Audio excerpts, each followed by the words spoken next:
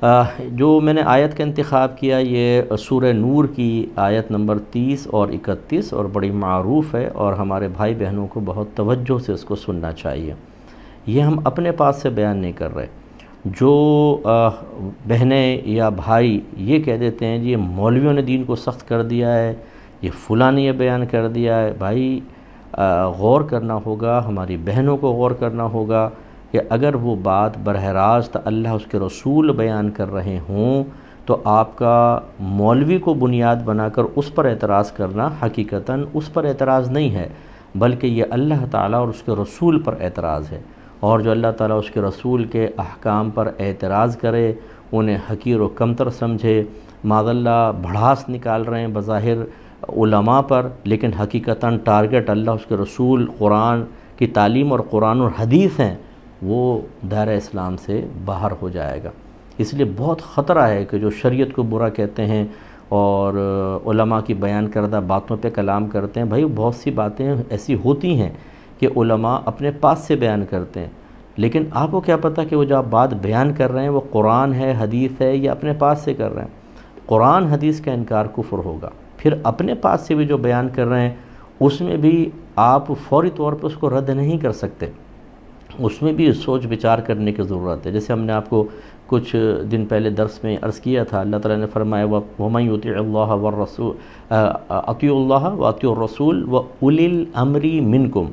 اللہ کی اطاعت کرو، اس کے رسول کی اطاعت کرو، اور ان لوگوں کا کہنا مانو جو تم میں حکم والے ہیں۔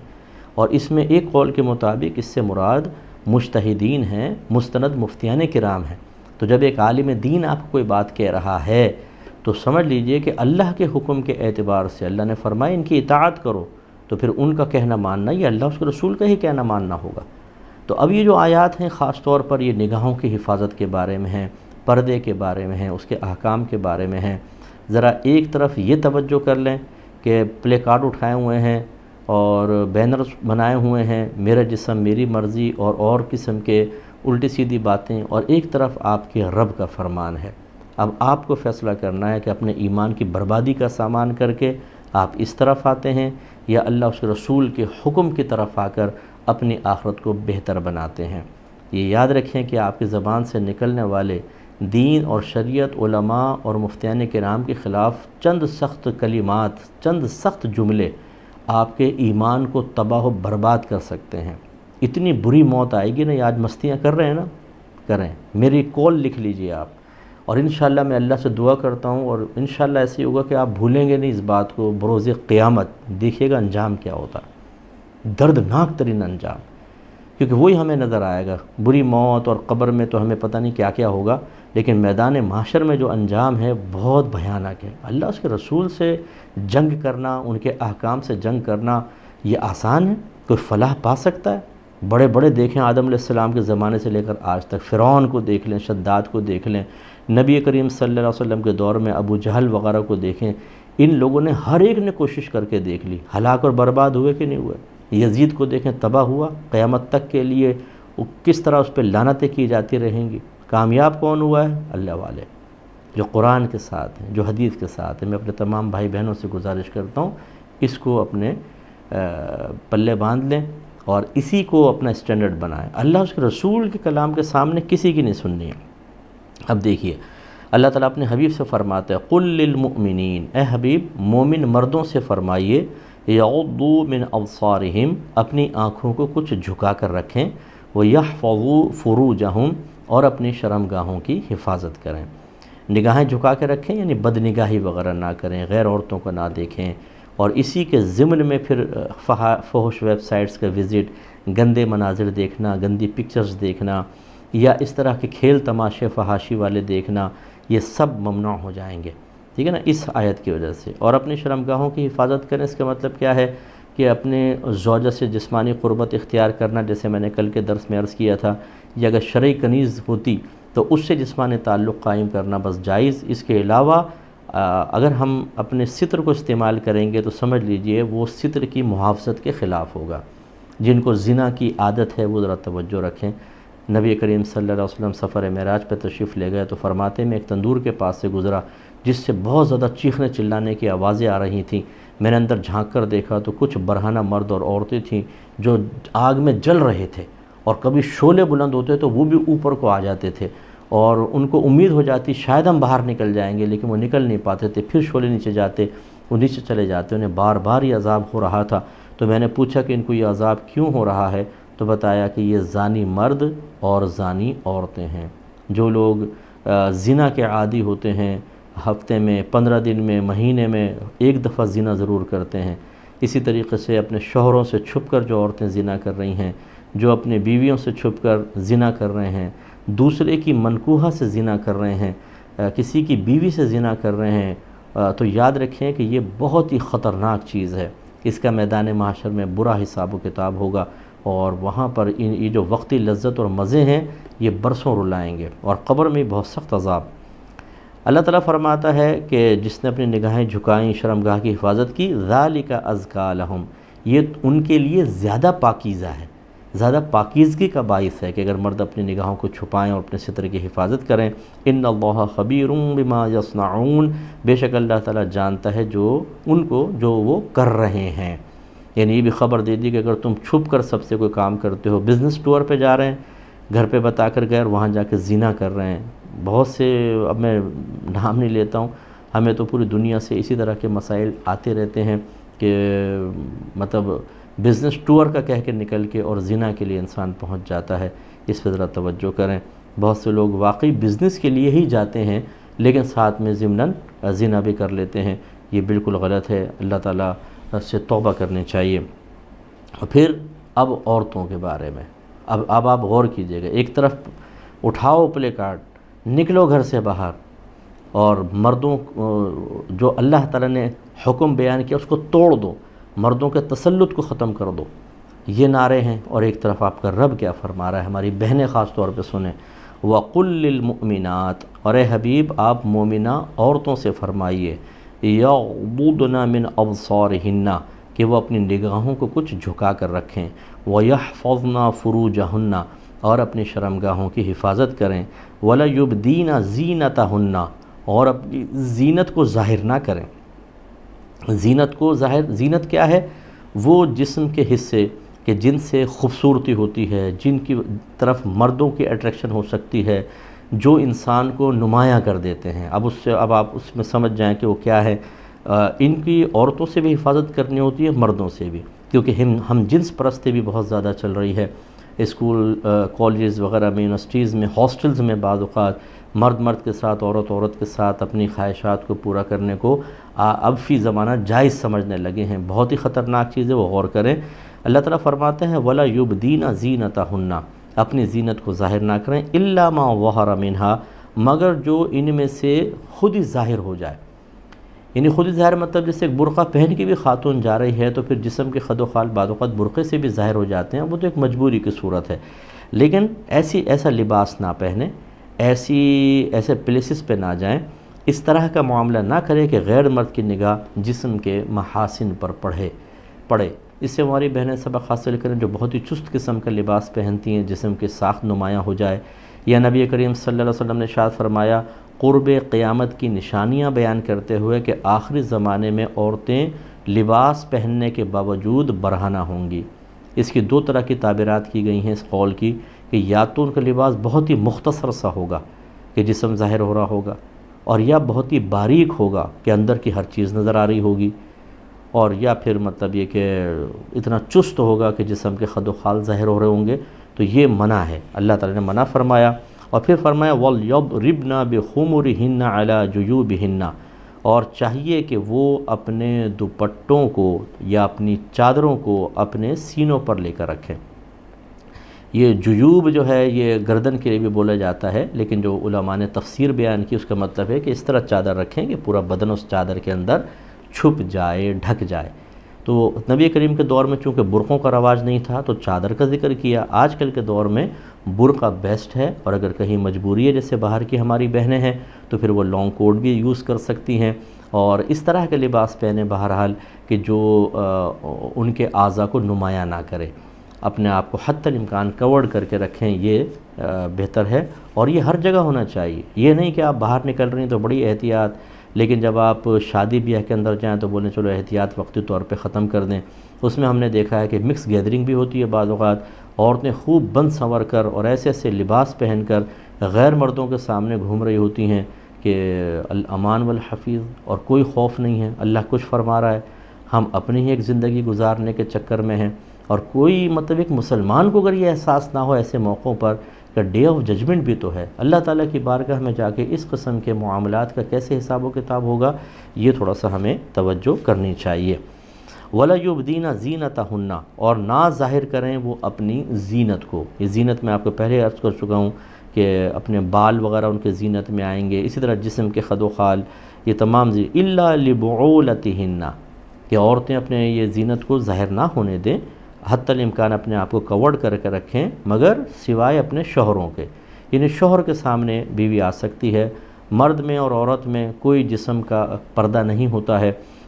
شرعی اعتبار سے ایک دوسرے کے جسم کو بالکل دیکھ سکتے ہیں، لیکن مقام ستر پہ نگاہ نہیں ڈالنی چاہیے، اس سے نگاہیں ضعیف ہوتی ہیں، کمزور ہوتی ہیں، باقی ان میں کوئی پردہ نہیں رکھا۔ او آبائہن، یا اپنے والدوں پر زینت کو ظاہر کر سکتی ہیں، اس میں یہ ہے کہ گردن سے لے کر اور گھٹنوں کے نیچے تک کا حصہ بدن تو والد سے بھی چھپانا ہوگا، لیکن جیسے اب بازو کھول لیے، ہاف آستین کی قمیض پہنی ہوئی ہے والد صاحب کے سامنے، یا اسی طریقے سے بال کھلے ہوئے ہیں، تو اس کی اجازت ہوگی کیونکہ والد صاحب محرم ہوتے ہیں۔ لیکن باقی جو ہم نے کہا کہ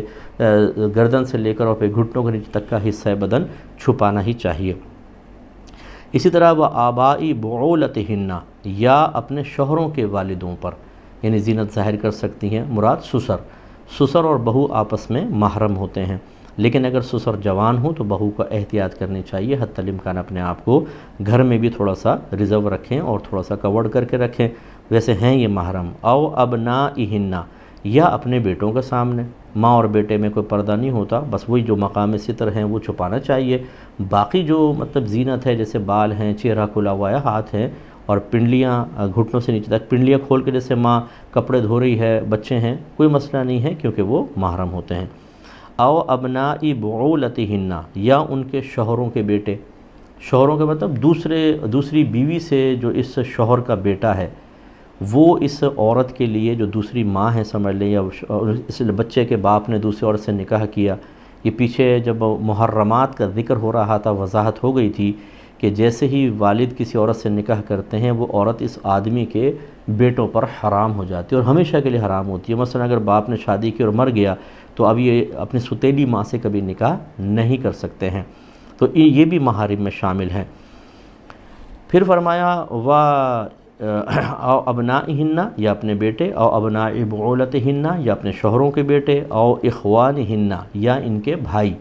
تو سگے بھائیوں سے پردہ وہی محرم ہوتے ہیں، پردہ نہیں ہے۔ او بنی اخوانہن، یا اپنے بھائیوں کے بیٹے یعنی بھتیجے، او بنی اخواتہن، یا بہنوں کے بیٹے یعنی بھانجے، او نسائہن، یا دیگر عورتیں، تو عورت سے پردہ تو نہیں کرے گی۔ ہاں اگر یہ علماء نے لکھا ہے اگر عورت فاسقہ فاجرہ ہے کہ آپ کو امید ہے کہ وہ آپ کے جسم کے اوصاف یا آپ کی شکل صورت کو غیر مردوں کے سامنے بیان کرے گی تو حتی الامکان اپنے آپ کو ریزرو رکھنا چاہیے، بلکہ ایسی عورتوں سے مراسم ہی نہ رکھیں۔ تو بعض عورتوں کی عادت ہوتی ہے وہ آ کر دیکھ کر پھر اپنے گھر میں جا کے مردوں کو بتاتی ہیں، شوہروں کو بتا رہے شوہروں کو بتاتی ہیں ارے وہ تو بہت حسین ہے، اس کی آنکھیں ایسی ہیں، اس کے ہونٹ ایسے ہیں، اس کا جسم ایسا ہے، تو وہ شوہر کے ذہن میں ایک تصور خواہ بخواہ پیدا ہوتا ہے۔ یہ ایسی عورتوں سے مراسم رکھنا جائز نہیں ہے، اس میں احتیاط کرنی چاہیے، ورنہ عورت کا عورت سے پردہ نہیں ہے۔ جیسا مرد کا ستر ہوتا ہے کہ ناف کے نیچے سے لے کر گھٹنوں کے نیچے تک، ایسا ہی ایک عورت کو دوسری عورت سے اتنا حصہ بدن چھپانا لازم ہوتا ہے۔ باقی بدن جو ہے وہ ایک عورت کے لیے دوسری عورت کا ستر میں نہیں ہے، لیکن آج کل کے دور کے اعتبار سے ہم نے جیسے کہا انہیں احتیاط ہی کرنی چاہیے، گردن سے لے کے گھٹنوں کے نیچے تک تو خاص طور پہ جسم چھپانا چاہیے اور باقی بھی جسم کی حفاظت۔ اس کے بعد اخوانہن او بنی اخوانہن او بنی اخواتہن و نسائہن، یہ سب کی وضاحت ہوئی۔ او ما ملکت ایمانہن،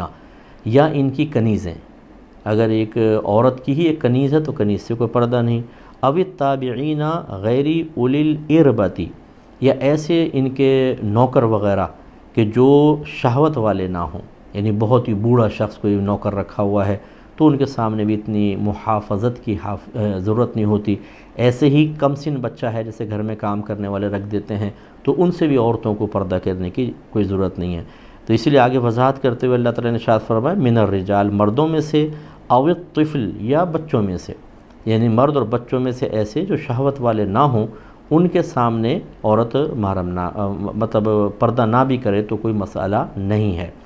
اور شہوت والے کون سے نہیں ہوتے ہیں وہ میں نے آپ کو بتا دیا، بہت ہی بوڑھا شخص یا بھی چھوٹا بچہ ہے جیسے 6-7 سال کا۔ اسی لیے بچے کے آگے اللہ تعالیٰ نے فرمایا او الطفل الذین لم یظہروا علی عورات النساء،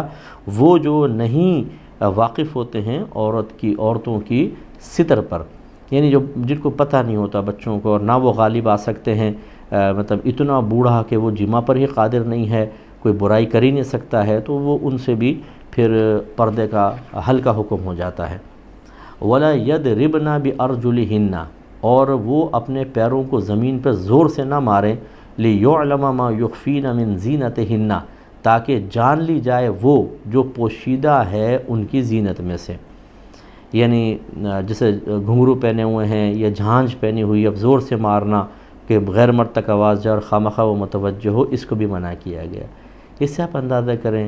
عورتیں نگاہیں جھکا کر رکھیں، اپنے جسم کو کور کر کے رکھیں، زور سے پیر نہ ماریں، غیر مردوں کے سامنے اپنے آپ کو ظاہر نہ کریں، اپنی شرمگاہوں کی حفاظت کریں۔ یہ اللہ کے احکام ہیں، یہ کسی مولوی نے تو نہیں بیان کی ہے۔ اب اگر کوئی عورتیں اس کے خلاف بول رہی ہیں تو سوچی کس کے خلاف بول رہی ہیں؟ قرآن کے خلاف، اللہ کے خلاف، احکام شرع کے خلاف، کیا آپ فلاح پا سکتے ہیں؟ اس لیے ہماری بہنیں جو زیادہ علم نہیں رکھتی لیکن اس قسم کے معاملات میں بیچاری وہ انوالو ہو جاتی ہیں، انہیں پتہ نہیں ہوتا، تو ان کو ذرا احتیاط کرنی چاہیے، آپ کی آخرت برباد ہو جائے گی۔ کوئی مرنے کے بعد ان میں سے کوئی آپ کے کام نہیں آئے گا۔ اللہ اس کے رسول کی عنایت شامل حال رہی تو آپ بچیں گی، ورنہ تباہی ہے۔ اس لیے ہماری بہنیں احتیاط کریں۔ پھر اللہ نے فرمایا وَتُوبُوا إِلَى اللَّهِ جَمِيعًا أَيُّهَا الْمُؤْمِنُونَ لَعَلَّكُمْ تُفْلِحُونَ، اور تم تمام کے تمام، اے مومنو تم تمام کے تمام اللہ تعالیٰ کی بارگاہ میں توبہ کرو تاکہ تم کامیاب ہو جاؤ۔ تو یہ اشارہ کر دیا کہ اگر اس سے سابقہ زندگی میں، اس سے پہلے اگر اس کے خلاف ہوا ہو، بد نگاہی ہوئی، آوارہ نظری کی ہے، کوئی زنا میں مبتلا ہوئے، اور کس طرح سے اپنے ستر کو مس یوز کیا، یا عورتوں نے بے پردگی کی، تو اللہ تعالیٰ فرماتا ہے کہ اللہ کی بارگاہ میں توبہ کر لو، اللہ کی طرف رجوع کر لو، آئندہ وہ گناہ خطا کبھی نہ کرو تاکہ تم فلاح پا جاؤ، یعنی کامیاب ہو جاؤ۔ اور حقیقی کامیابی کیا ہے؟ کہ ہم اللہ کی رضا حاصل کرنے میں کامیاب ہو جائیں۔ تو امید ہے ہمارے بھائی بہن جو مطلب برائیوں کی طرف تیزی سے بڑھ جاتے ہیں، خصوصاً گندہ ذہنی، خراب قسم کے خیالات جان بوجھ کر ذہن میں لانا، یا بد نگاہی کرنا، اس میں خراب لٹریچر پڑھنا بھی ہے، خراب پکچرز دیکھنا، خراب ویڈیوز دیکھنا، یہ بھی اس میں شامل کرنا چاہیے۔ اسی طرح مطلب چونکہ دیکھنے کی باتیں چل رہی ہیں، اس اعتبار سے ہم عرض کر رہے ہیں، کسی کا ستر کھلا ہوا دیکھنا، اور اسی طرح پھر زنا کرنا، یہ تمام چیزیں ممنوع ہیں، اور اس میں ہمیں بڑی احتیاط کرنی چاہیے۔ اور خصوصی طور پہ ہم بچیوں کو گزارش کرتے ہیں کہ ان تمام چیزوں پہ توجہ کرنے کے ساتھ ساتھ ایسی لڑکیوں سے بالکل دوستی نہ کریں جو لڑکوں کی باتیں کریں، جو گندی باتیں کریں، جو فحش باتیں کر کے آپ کے جذبات کو بھڑکائیں اور آپ کو غلط چیز کی طرف لے کر جائیں، کیونکہ ہمیں پتہ ہے کہ ہم اسی معاشرے کا حصہ ہیں۔ ایک آدمی جب گندا ہو جاتا ہے وہ چاہتا ہے دوسرے بھی میرے ساتھ گندے ہوں، اور اس میں لڑکیوں کے لیے خطرناک معاملہ یہ ہوتا ہے کہ ان کو پہلے ابھارا جاتا ہے، ان کے ذہن کو خراب کیا جاتا ہے، اور پھر چپکے سے کوئی ویڈیو بنا لی، کوئی آواز ریکارڈ کر لی، کچھ اور کام کر لیا، اور اس کے بعد پھر بلیک میلنگ، اور پھر جو خاندان کی تباہی ہوتی ہے اور عزت کے معاملات بنتے ہیں۔ یہ جو ہمیں ٹی وی وغیرہ پہ خبریں نظر آتی ہیں، یہ تو ہزاروں خبروں میں سے کوئی ایک آدھ ہوتی ہے جو لیک ہو جاتی ہے اور وہ منظر عام پر آ جاتی ہے، ورنہ کتنے بچوں نے، کتنے لڑکوں نے، لڑکیوں نے خودکشیاں کر لیں، ان کے ماں باپ نے خودکشیاں کر لیں، گھر کے گھر تباہ ہو گئے، طلاقیں ہو گئیں، سپریشن ہو گئی ہے، بچے رل گئے ہیں لوگوں کے ان گندے کاموں کی وجہ سے۔ اس لیے خاص طور پہ چونکہ بچیاں بڑی سینسٹیو معاملات رکھتی ہیں، ان کی اگر عزت پر، ان کے دامن پر ذرا بھی دھبا لگ جائے تو آئندہ زندگی کے اندر بہت زیادہ مسائل پیدا ہوتے ہیں۔ اس لیے ہماری بچیوں کو خود اپنے ماں باپ کی عزت کا خیال کرنا چاہیے۔ اپنے والد کے شرم سے جھکے ہوئے سر کو اچھی طرح آپ ذہن میں رکھیں کہ میری ایک حرکت سے یہ معاملہ ہو سکتا ہے۔ آپ کے بھائیوں کا سر شرم سے جھک جائے، کہ یہ اچھی بات ہوگی، لوگ ان کو طانے دیں۔ اس لیے ہماری بچیوں سے میری گزارش ہے کہ اسکولز میں، کالجز میں، یونیورسٹیز میں، اسی طرح آپ کہیں پہ کام کرتی ہیں یا کوئی بھی آپ کی ایسی کزن ہو یا سہیلی ہو جو مطلب یہ کہ آپ کو غلط راہ پر لے جانے کی کوشش کر رہی ہو، پوری ہمت کے ساتھ اس سے ہٹیں اور اپنے ماں باپ کو دوست بنائیں۔ اپنی والدہ کو خاص طور پر ایسے کوئی معاملہ ہوا بھی ہے اپنی ماں کو بتائیں، ڈریں نہیں، گھبرائے نہیں، تھپڑ پڑے گا نا، وہ ڈانٹیں گی، ڈپٹیں گی، کوسیں گی، کوئی بات نہیں، لیکن اگر آپ نے اپنے والدین کو اعتماد میں نہیں لیا، خصوصاً میں بچیوں کی گزارش کر رہا ہوں، اپنی ماں کو اعتماد میں نہیں لیا اور آپ اس دلدل میں پھنستی چلی گئی، تو پھر آخرت کی بھی تباہی ہے اور دنیا کی بھی بربادی ہے۔ اللہ تعالی ہمیں سمجھ کی توفیق عطا فرمائے۔ وآخر دعوانا ان الحمد للہ رب العالمین۔